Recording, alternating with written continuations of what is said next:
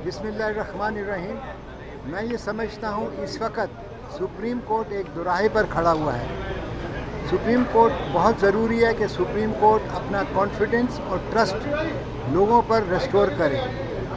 इस वक्त जो फैसले आ रहे हैं और जो सुप्रीम कोर्ट सुओ मोटो ले रही है और जो सुप्रीम कोर्ट में डिवीज़न नज़र आ रही है, इसको मद्देनज़र रखते हुए ये बहुत ज़रूरी है कि जितने भी सियासी फ़ैसले हैं वो सियासी फ़ैसले पार्लिमान में होने चाहिए, पार्लिमान से बाहर नहीं होने चाहिए। यही जमहूरियत की रूह है।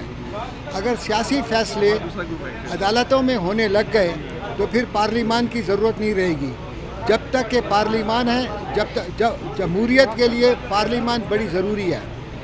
इस वक्त जो फ़ैसले आए हैं, सबसे पहले जो सुप्रीम कोर्ट को मैं समझता हूँ फैसला करना चाहिए, जो कि पंजाब असम्बली के अंदर केस के अंदर जो फ़ैसला आया सुओ मोटो 1 ऑफ 2023 के अंदर है कि क्या वो फ़ैसला 4 जजेस और 3 जजेस का था या 3 जजेस और 2 जजेस का था। क्योंकि जो जजमेंट लिखी गई है उसके अंदर जो 2 जजेस की जजमेंट है वो बाकी जो 2 जजेस हैं उनका हवाला देते हुए कहते हैं कि हमने उनके साथ इत्तेफाक किया है। अगर उन्होंने इत्तेफाक किया है तो ये जजेस 4 एक तरफ हो गए हैं और 3 एक तरफ हो गए हैं। जब तक कि ये फ़ैसला नहीं होगा, मैं समझता हूँ चाहे वो 7 जजेस खुद बैठ के फ़ैसला करें या फुल कोर्ट फ़ैसला करें, अगर उसके बाद ये पता चलेगा कि ये जो पिटिशन चल रही है इस वक्त तारीख़ के लिए, इलेक्शन की तारीख़ के लिए, क्या ये मेंटेनेबल है कि नहीं है। अगर ये 4-3 का फ़ैसला है तो फिर ये पिटिशन मेंटेनेबल नहीं है, क्योंकि पहले हाई कोर्ट को फ़ैसला करना चाहिए, जो इंट्रा कोर्ट अपील उधर पेंडिंग है। अगर ये 3-2 का फ़ैसला है तो फिर ये पिटिशन मेंटेनेबल हो जाती है।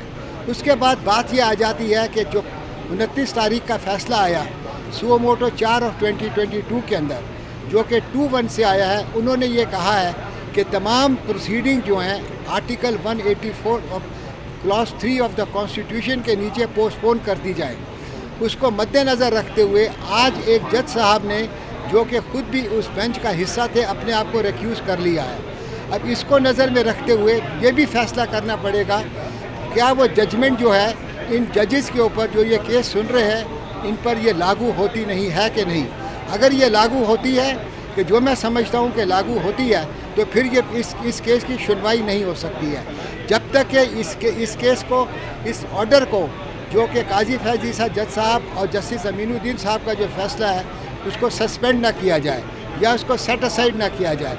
इन सब चीज़ों को मद्देनज़र रखते हुए मैं समझता हूँ कि एक फुल कोर्ट तश्कील देना चाहिए, जिसके अंदर ये तमाम बातें जो कॉन्स्टिट्यूशनल है रखी जाए, क्योंकि इस वक्त मुल्क के अंदर एक आइनी बहरान हो गया हुआ है।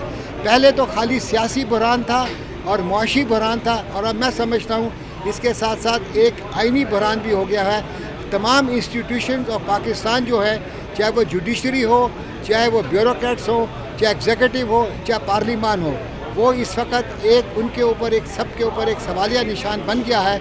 और इसके लिए ये बहुत ज़रूरी है कि तमाम जो इदारे हैं वो अपने अपने दायरे के अंदर रह के जो कानून और आइन के अंदर है उसके अंदर कायम रखें, और एक कंसेंसस का माहौल जब तक पैदा नहीं होगा, क्योंकि पॉलिटिकल पार्टीज़, तमाम पॉलिटिकल पार्टीज़ को बैठ के डिसाइड करना होगा कि इलेक्शन किस दिन होना चाहिए और किस दिन नहीं होना चाहिए। और ये चीज़ पार्लिमान में फ़ैसला हो सकता है, पॉलिटिकल पार्टीज़ आपस में बैठें, वरना इस मुल्क के लिए, इस मुल्क की जमहूरियत के लिए, इस मुल्क के बका के लिए अच्छा नहीं होगा।